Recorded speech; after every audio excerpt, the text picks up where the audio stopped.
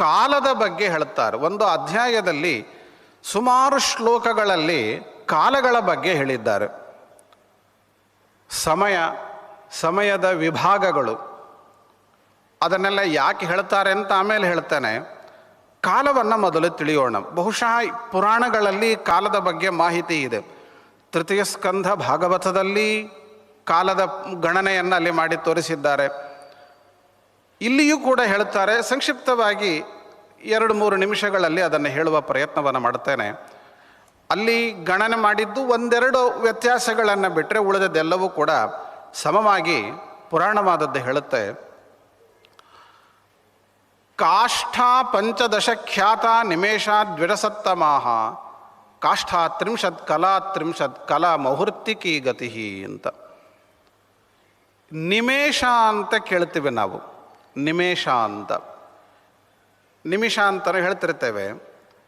ನಿಮಿಷ ಅಂತನ್ನುವುದಕ್ಕೆ 60 ಸೆಕೆಂಡು ಅಂತ ಹೀಗೆ ಅರ್ಥ ಅಲ್ಲ. ಶಾಸ್ತ್ರ ಬಳಸುವಂತಹ ನಿಮೇಷ ಎನ್ನುವಂತಹ ಶಬ್ದಕ್ಕೆ ಕಣ್ಣು ರೆಪ್ಪೆಯನ್ನು ಮುಚ್ಚಿ ತೆಗೆಯುವ ಅವಧಿ.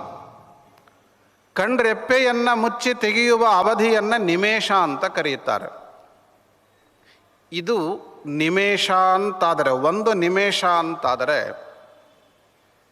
ಇಂಥದ್ದು 15 ನಿಮೇಷಗಳಾದರೆ ಅದನ್ನು ಒಂದು ಕಾಷ್ಠ ಅಂತ ಕರೆಯುತ್ತಾರೆ. ಅಂತಹ 30 ಕಾಷ್ಠಗಳು ಸೇರಿದರೆ ಒಂದು ಕಲಾ ಅಂತಾಗುತ್ತೆ.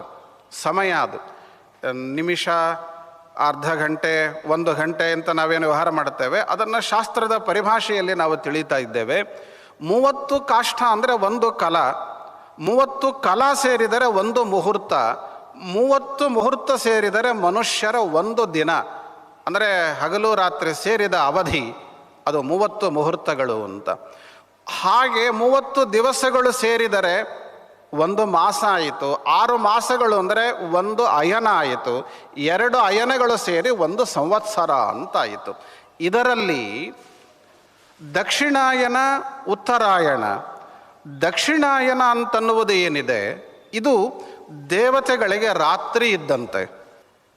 ಇನ್ನು ಉತ್ತರಾಯಣ ಅದು ಹಗಲು ಇದ್ದಂತೆ ದೇವತೆಗಳಿಗೆ ಅಂತ.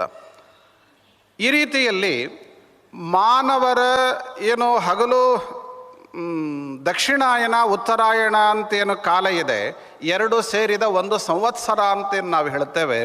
ಈ ಒಂದು ಸಂವತ್ಸರ, ಮಾನವರ ಒಂದು ಸಂವತ್ಸರ ಅಂತಂದರೆ ದೇವತೆಗಳಿಗೆ ಒಂದು ದಿನ ಅಂತಾರೆ, ಒಂದು ದಿವಸ ಇದ್ದಂತೆ. ಅಂದರೆ ಏನಾಯ್ತು ಅಲ್ಲಿಗೆ, ದೇವತೆಗಳಿಗೆ ನಮ್ಮ 1 ವರ್ಷ ಆದರೆ ಅವರಿಗೆ 1 ದಿವಸ ಆದಂತೆ ಅಂತಾರೆ. ಇಂಥದ್ದು 100 ವರ್ಷ, 1000 ವರ್ಷ ಹೀಗೆಲ್ಲ ಲೆಕ್ಕಾಚಾರಗಳು ಉಂಟು. ಪ್ರಸ್ತುತ ಹೀಗೊಂದು ಕಲ್ಪನೆಯನ್ನು ಕೊಟ್ಟು ಪುರಾಣ ಮುಂದೆ ಏನು ಮಾಡುತ್ತೆ ಅಂದರೆ 4 ಯುಗಗಳು ಅಂತ ಕೇಳ್ತೇವೆ ನಾವು. ಕೃತ, ತ್ರೇತ, ದ್ವಾಪರ, ಕಲಿ. ಈ ಕೃತ, ತ್ರೇತ, ದ್ವಾಪರ, ಕಲಿ ಅಂತನ್ನುವುದಾಗಿ ಹೇಳಿ, ಮೊದಲ ಕೃತಯುಗ ಅಂತೇನಿದೆ ಇದು ದೇವಮಾನದ 4000 ವರ್ಷಗಳು ಸೇರಿದರೆ ಒಂದು ಕೃತಯುಗ ಅಂತಾಗತ್ತೆ ಅಂತ. ದೇವಮಾನದ 4000 ವರ್ಷಗಳು. ದೇವಮಾನದ ದಿವಸ ಅಂದರೆ ಏನು ಅಂತ ಹೇಳಿದೆ ಹಿಂದೆ. ದೇವಮಾನದ ಒಂದು ದಿವಸವನ್ನು ಹೇಳಿದ್ದೇನೆ. ಅದನ್ನು ವರ್ಷಕ್ಕೆ ಮತ್ತು 1000 ವರ್ಷಕ್ಕೆ ಅದನ್ನು ನಾವು ಗಣನೆಯನ್ನು ಮಾಡಿಕೊಳ್ಬೇಕು. ಕೃತಯುಗದ ಪರಿಮಾಣ ಅಂತಂದರೆ ದೇವಮಾನದ 4000 ವರ್ಷ. 1000 ವರ್ಷ ಕಡಿಮೆ ಮಾಡ್ತಾ ಹೋಗ್ರಿ ನಂತರದ ಯುಗಗಳಿಗೆ. ಅಂದರೆ ತ್ರೇತಾಯುಗಕ್ಕೆ 3000 ವರ್ಷ ಆದರೆ ದ್ವಾಪರಕ್ಕೆ 2000 ವರ್ಷ, ಕಲಿಯುಗಕ್ಕೆ 1000 ವರ್ಷ ದೇವಮಾನದಂತೆ. ನಮ್ಮ ಮಾನದಲ್ಲ, ದೇವಮಾನದ 1000 ವರ್ಷಗಳ ಲೆಕ್ಕ. ಕಲಿ ಮೊದಲಾದ ಯುಗಗಳನ್ನು ಚಿಂತನೆಯನ್ನು ಮಾಡಲಿಕ್ಕಾಗಿ ಇಲ್ಲೇನಾಯಿತು ಅಂದರೆ ಕೃತ, ತ್ರೇತ, ದ್ವಾಪರ, ಕಲಿ 4 ಯುಗಗಳು ಸೇರಿದಾಗ ದೇವಮಾನದಂತೆ ಒಟ್ಟು 10,000 ವರ್ಷಗಳಾಗತ್ತೆ. 4, 3, 2, 1 ಒಟ್ಟು ಸೇರಿದರೆ 10,000 ವರ್ಷ ಆಯಿತು ದೇವಮಾನದ್ದು. ಆದರೆ ಇದರ ಜೊತೆಯಲ್ಲಿ ಇನ್ನೊಂದು ಏನು ಹೇಳ್ತಾರೆ ಅಂತಂದರೆ ಸಂಧಿಕಾಲ ಅಂತ ಒಂದು ಹೇಳ್ತಾರೆ. ಸಂಧಿಕಾಲ ಅಂತ. ಸಂಧಿಕಾಲ ಅಂತಂದರೆ ಕೃತಯುಗದ ಮೊದಲ ಪ್ರಾರಂಭದ 400 ವರ್ಷ. ಈಗ ನೋಡಿ, ಕೃತಿಯುಗದ ಆರಂಭ ಆಗಿ ಕೃತಿಯುಗದ ಅಂತ್ಯ ಆಗಬೇಕು. ಕೃತಿಯುಗದ ಆದಿಯಾಗಿ ಕೃತಿಯುಗದ ಅಂತ್ಯ ಆದ ಮೇಲೆ ತ್ರೇತಾಯುಗದ ಆದಿ ಮತ್ತು ತ್ರೇತಾಯುಗದ ಅಂತ್ಯ ಆಗಬೇಕು. ಈ ಕೃತಿಯುಗದ ಅಂತ್ಯ ಮತ್ತು ತ್ರೇತಾಯುಗದ ಆರಂಭ, ಅಲ್ಲಿ ಕೃತಿಯುಗದ 400 ವರ್ಷ, ತ್ರೇತಾಯುಗದ 300 ವರ್ಷ. ಅದು ಬೇರೆ ಪ್ರತ್ಯೇಕವಾಗಿ ಕಾಲವನ್ನು ಹಿಡಿದು ಅದನ್ನು ಸಂಧಿಕಾಲ ಅಂತ ಕರೆಯುತ್ತಾರೆ. ಅದರಂತೆ ತ್ರೇತಾಯುಗದ ಕೊನೆಯ 300 ವರ್ಷ, ದ್ವಾಪರ ಯುಗದ 200 ವರ್ಷ. ದ್ವಾಪರ ಯುಗದ ಕೊನೆಯ 200 ವರ್ಷ ಸಂಧಿಕಾಲ, ಅದು ಪ್ರತ್ಯೇಕವಾಗಿ 200 ವರ್ಷ ಕಲಿಯುಗದ ಮೊದಲ 100 ವರ್ಷಗಳು ಅಂತ.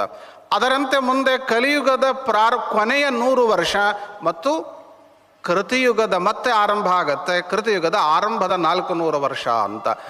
ಆ ಕಾಲ ಏನಿದೆ ಅದನ್ನು ಸಂಧಿಕಾಲ ಅಂತ ಕರೆದರು. ಆ ಸಂಧಿಕಾಲವನ್ನು ನಾವು ಪರಿಗಣನೆಯನ್ನು ಪ್ರತ್ಯೇಕವಾಗಿ ಮಾಡಬೇಕು. ಹಿಂದೆ ಹೇಳಿದ 10,000 ವರ್ಷಗಳನ್ನು ಬಿಟ್ಟು ಆ ಕಾಲವನ್ನು ಪ್ರತ್ಯೇಕವಾಗಿ ಪರಿಗಣನೆಯನ್ನು ಮಾಡಿದೆವು ಅಂತಾದರೆ ಅಲ್ಲಿ ದೇವಮಾನದ 2,000 ವರ್ಷಗಳು ಸಿಗುತ್ತೆ. ಹಾಗಾಗಿ ಒಟ್ಟಾರೆ ಹಿಂದೆ ಹೇಳಿದ 10,000 ಮತ್ತು ಈಗ ಹೇಳಿದ 2,000 ಎರಡು ಸೇರಿದಾಗ 12,000 ವರ್ಷಗಳು ಅಂತ ದೇವಮಾನದಂತೆ 4 ಯುಗಗಳು. ಒಂದು ಯುಗ ಚಕ್ರ ಅಂತ ಕರೆಯುತ್ತಾರೆ. ಕೃತ, ತ್ರೇತ, ದ್ವಾಪರ, ಕಲಿ ಅದು ಮುಗಿದರೆ ಒಂದು ಯುಗ ಚಕ್ರ ಅಂತ ಕರೀತೇವೆ. ಆ ರೀತಿಯ ಯುಗ ಚಕ್ರಗಳು 12,000 ದೇವಮಾನದ ವರ್ಷಕ್ಕೆ ಸಮವಾದದ್ದು ಅಂತ ಹೇಳಿದರು. ಇದರ ನಂತರದಲ್ಲಿ ಮತ್ತೊಂದು ರೀತಿಯ ಕಲ್ಪನೆಯನ್ನು ಕೂರ್ಮ ಪುರಾಣ ಕೊಡುತ್ತೆ. ಏನದು ಅಂತಂದರೆ, ಇದು ಭಾಗವತದಲ್ಲಿ ಕೂಡ ಬಂದಿದೆ. 71 ಮಹಾಯುಗಗಳು, ಈ 4 ಯುಗ ಸೇರಿದರೆ ಒಂದು ಮಹಾಯುಗ ಅಂತ ತಗೊಳ್ಳಿ. 4 ಯುಗ ಸೇರಿದರೆ ಒಂದು ಮಹಾಯುಗ. ಅಂಥದ್ದು 71 ಮಹಾಯುಗಗಳಾಗಬೇಕು. ಅದನ್ನು ಒಂದು ಮನ್ವಂತರ ಅಂತ ಕರೆಯುತ್ತಾರೆ. ಅಂಥದ್ದು 14 ಮನ್ವಂತರಗಳಿವೆ. ಆ 14 ಮನ್ವಂತರಗಳಾದರೆ ಬ್ರಹ್ಮದೇವರಿಗೆ ಒಂದು ಹಗಲು, ಅದರಷ್ಟೇ ರಾತ್ರಿ, ಎರಡು ಸೇರಿದಾಗ ಒಂದು ದಿನ ಅಂತಾಯಿತು. ಅಂಥದ್ದು 360 ವರ್ಷ, 360 ದಿವಸ ಸೇರಿದರೆ ಒಂದು ವರ್ಷ. ಅಂಥದ್ದು 100 ವರ್ಷ ಬ್ರಹ್ಮದೇವರ ಅವಧಿ ಅಂತ. ಈ ಬ್ರಹ್ಮದೇವರ 100 ವರ್ಷವನ್ನು ಪರ ಎನ್ನುವ ಹೆಸರಿನಿಂದ ಕರೆಯುತ್ತಾರೆ. ಬ್ರಹ್ಮದೇವರ ಆಯುರ್ಮಾನವನ್ನು ಪರ ಎಂಬ ಹೆಸರಿನಿಂದ ಕರೆಯುತ್ತಾರೆ ಅಂತ. ಪರ ಎಂಬ ಹೆಸರಿನಿಂದ ಕರೀತಾರೆ. ಅದನ್ನು ಬ್ರಹ್ಮದೇವರ 100 ವರ್ಷವನ್ನು ಮತ್ತೆ 2 ಭಾಗ ಮಾಡುತ್ತಾರೆ. ಮೊದಲ ಭಾಗ, ನಂತರದ ಭಾಗ ಅಂತ. ಮೊದಲ 50 ವರ್ಷ, ನಂತರದ 50 ವರ್ಷ ಅಂತ 2 ಭಾಗವನ್ನು ಬ್ರಹ್ಮದೇವರ ಆಯುರ್ಮಾನದಲ್ಲಿ ಮಾಡುತ್ತಾರೆ.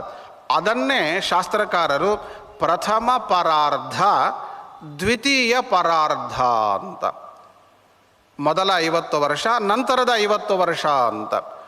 ನಾವು ನಿತ್ಯವೂ ಜಪವನ್ನು ಮಾಡುವಾಗ, ಯಾವುದೇ ಸಂಕಲ್ಪವನ್ನು ಮಾಡುವಾಗ ಈ ಮಾತನ್ನು ಹೇಳುತ್ತೇವೆ. ಸಂಕಲ್ಪದಲ್ಲಿ ಬರುತ್ತೆ ದ್ವಿತೀಯ ಪರಾರ್ಧೇ ಅಂತೇವೆ. ಅಂದರೆ ಈಗ ಬ್ರಹ್ಮದೇವರ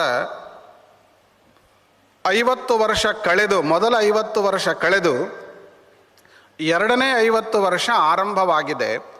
ಆ ಎರಡನೇ 50 ವರ್ಷದಲ್ಲಿ ಮೊದಲ ವರ್ಷದ ಮೊದಲ ದಿನ ನಡೀತಾ ಇದೆ. ಈಗ ಅದರ ಬಗ್ಗೆ ಮತ್ತೆ ಮುಂದೆ ಪುರಾಣ ಹೇಳುತ್ತೆ, ಅಲ್ಲಿ ಹೇಳುತ್ತೆ ನಿಮಗೆ. ಹೀಗೆ ಬ್ರಹ್ಮದೇವರ ಮಾನವನ್ನು, ಕಾಲದ ಪರಿಮಾಣಗಳನ್ನು, ಪ್ರಭೇದಗಳನ್ನು ಕೂರ್ಮ ಪುರಾಣವಾದದ್ದು ನಮಗೆ ತಿಳಿಸಿದೆ. ಇಲ್ಲಿ ಇನ್ನೊಂದು ಮಾತು, ಕಲ್ಪ ಅಂತ ಒಂದು ಶಬ್ದವನ್ನು ಬಳಸ್ತಾರೆ. ಕೂರ್ಮ ಪುರಾಣವಾದದ್ದು ಬಳಸಿದೆ ಕಲ್ಪ ಅಂತ. ಕಲ್ಪ ಅಂತಂದರೆ ಅದನ್ನು 2 ರೀತಿ ಬಳಸಿದ್ದು ಇದೆ. ಒಂದು ಬ್ರಹ್ಮದೇವರ ದಿನಕ್ಕೆ, ಬ್ರಹ್ಮದೇವರ ದಿನ ಅಂದರೆ ಏನು ಅಂತ ಹಿಂದೆ ತಿಳಿದಿದ್ದೇವೆ, ಅದನ್ನು ಕಲ್ಪ ಅಂತ ಕರೀತಾರೆ, ದಿನಕಲ್ಪ ಅಂತ ಕರೀತಾರೆ. ಸಮಗ್ರ 100 ವರ್ಷವನ್ನು ಕೂಡ ಕಲ್ಪ ಅಂತನ್ನುವ ಹೆಸರಿನಿಂದ ಕರೆದದ್ದು ಇದೆ. ಅಂತೂ ಈ ಕಾಲದ ಪರಿಗಣನೆಯನ್ನು ಶಾಸ್ತ್ರವಾದದ್ದು ಪರಿಮಾಣಗಳನ್ನು ನಿಮಗೆ ತಿಳಿಸಿಕೊಟ್ಟಿದೆ ಕೂರ್ಮ ಪುರಾಣವಾದದ್ದು.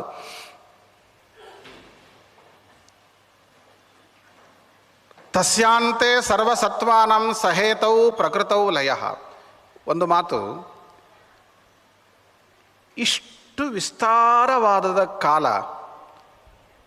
ಇಷ್ಟೊತ್ತು ಹೇಳಿದಿರಿ, ನೆನಪಿಟ್ಟುಕೊಳ್ಳುವುದು ಕಷ್ಟ, ಸ್ಮರಣೆ ಬರೋದು ಕಷ್ಟ ಇದೆ, ಸ್ವಲ್ಪ ಪ್ರಯತ್ನವನ್ನು ಮಾಡಬೇಕು. ಇದರ ಅವಶ್ಯಕತೆ ಏನಿದೆ ಅಂತ, ಇವುಗಳನ್ನು ತಿಳಿಯಬೇಕಾದ ಅವಶ್ಯಕತೆ ಏನಿದೆ ಅಂತ. ಅದು ಬೇರೆ, ಪ್ರತಿನಿತ್ಯ ಸಂಕಲ್ಪದಲ್ಲಿ ಬೇರೆ ಹೇಳ್ತೇವೆ ಇದನ್ನು. ಇಷ್ಟೆಲ್ಲ ಬರ್ತದೆ, ಇಷ್ಟು ಕಾಲ, ಇಂಥ ವರ್ಷ, ಇಂಥ ಸಂವತ್ಸರ, ಇಂಥ ದಿವಸದಲ್ಲಿ ಇದ್ದೇವೆ ಅಂತ ಸಂಕಲ್ಪವನ್ನು ಮಾಡುತ್ತೇವೆ. ಕಾಲದ ಮಹತ್ತಾದಂತಹ ಕಾಲವನ್ನು ಸ್ಮರಣೆ ಮಾಡಿ ಅಲ್ಪ ಕಾಲದವರೆಗೂ ಸಂಕಲ್ಪದಲ್ಲಿ ಹೇಳ್ತೇವೆ. ಭಾರೀ ಪ್ರದೇಶದ, ಸಣ್ಣ ಪ್ರದೇಶದ ಕಲ್ಪನೆಯನ್ನು ಕೂಡ ಸಂಕಲ್ಪದಲ್ಲಿ ಕೊಡ್ತಾರೆ. ಭರತವರ್ಷ, ಭರತಖಂಡೆ, ಜಂಬೂದ್ವೀಪ್ ಇಷ್ಟೆಲ್ಲ ಹೇಳ್ತೇವೆ. ಇದು ಏನು ತೋರಿಸುತ್ತೆ ಅಂದರೆ, ನಮಗೆ ಒಂದು ಪಾಠ ಹೇಳಿಕೊಡುತ್ತೆ. ಏನು ಪಾಠ ಹೇಳ್ತದೆ? ನಮಗೆ ಅಹಂಕಾರ ಇದೆ, ಮಹಾ ಅಹಂಕಾರ ಇದೆ, ದುರಹಂಕಾರ ಇದೆ. ನನಗೆ ಸಮರು ಯಾರೂ ಇಲ್ಲ, ನನ್ನ ಮುಂದೆ ಇನ್ನು ಯಾರು, ನಾನೇ ಮಹಾನ್, ಇತ್ಯಾದಿ ಇತ್ಯಾದಿ ಅನೇಕ ನಾನಾ ಕಾರಣಗಳಿಂದ ಅಹಂಕಾರ ಉಂಟು. ಪುರಾಣ ಹೇಳುತ್ತೆ, ಈ ಕಾಲವನ್ನು ನೋಡು, ಈ ಪ್ರದೇಶವನ್ನು ನೋಡು, ನೀನು ಯಾತರವ ಅಂತ ಗೊತ್ತಾಗ್ತದೆ ಅಂತ. ಏನು ಬ್ರಹ್ಮದೇವರಷ್ಟು ಜೀವನ ಮಾಡಿದ್ದೀಯಾ ನೀನು? ಇಲ್ಲ. ಆ ಬ್ರಹ್ಮದೇವರ 100 ವರ್ಷದೊಳಗಿನ ಯಾವುದೋ ಒಂದು ದಿವಸ, ಆ ಒಂದು ದಿವಸದೊಳಗಿನ ಸಂವತ್ಸರ, ಇಂತಹ ದಿವಸ, ಇಷ್ಟು ಅಲ್ಪ ಪ್ರಮಾಣದಲ್ಲಿ, ದೇವಮಾನದಲ್ಲಿ ಅಲ್ಲ, ಮಾನವಮಾನದ ಅಲ್ಪ ಪ್ರಮಾಣದ ಜೀವನ ನಮ್ಮದಿದೆ. ಅತ್ಯಲ್ಪ ಪ್ರಮಾಣದ ಜೀವನ ನಮ್ಮದು. ಅವಧಿಯೂ ಅತ್ಯಲ್ಪ ಪ್ರಮಾಣದ್ದು ಅಂತೂ ಒಂದಾದರೆ, ನಾವೇನು ಇಡೀ ದೇಶವನ್ನು, ಪ್ರಪಂಚವನ್ನು ವ್ಯಾಪಿಸಿಕೊಂಡು ಇದ್ದೇವೇನು? ಇಲ್ಲ. ಎಲ್ಲೋ ಈ ಭೂಮಂಡಲದ ಯಾವುದೋ ಒಂದು ರಾಜ್ಯದ ಯಾವುದೋ ಒಂದು ಮೂಲೆಯಲ್ಲಿ 2 ಒಳಗೆ ನಾವು ಕೂತಿದ್ದೇವೆ, 2x2 ಜಾಗದಲ್ಲಿ ಕೂತಿದ್ದೇವೆ. ಇಷ್ಟು ಸಣ್ಣವರು ನಾವು, ಇಷ್ಟು ಚಿಕ್ಕವರು ನಾವು, ಕಾಲದಿಂದಲೂ ಚಿಕ್ಕವರು, ದೇಶದಿಂದಲೂ ಚಿಕ್ಕವರು. ಆದರೆ ಅಹಂಕಾರ ಪಡೋದು ಮಾತ್ರ ಅದಕ್ಕೇನು ಮಿತಿ ಇಲ್ಲದ ಅಹಂಕಾರ ಪಡುತ್ತೇವೆ. ಶಾಸ್ತ್ರ ಅನ್ನತ್ತೆ, ದುರಹಂಕಾರ ಪಡಬೇಡ. ನಿನ್ನಂಥವ್ರೆ ಎಷ್ಟು ಜನ ಬಂದು ಹೋದರು ಈ ಕಾಲದಲ್ಲಿ, ಕಾಲ ವೇಗಕ್ಕೆ ಸಿಲುಕಿ, ಕಾಲ ಪ್ರವಾಹದಲ್ಲಿ ಈ ಭೂಮಿಯನ್ನು ಎಷ್ಟು ಜನ ಕಂಡು ಹೋದರು.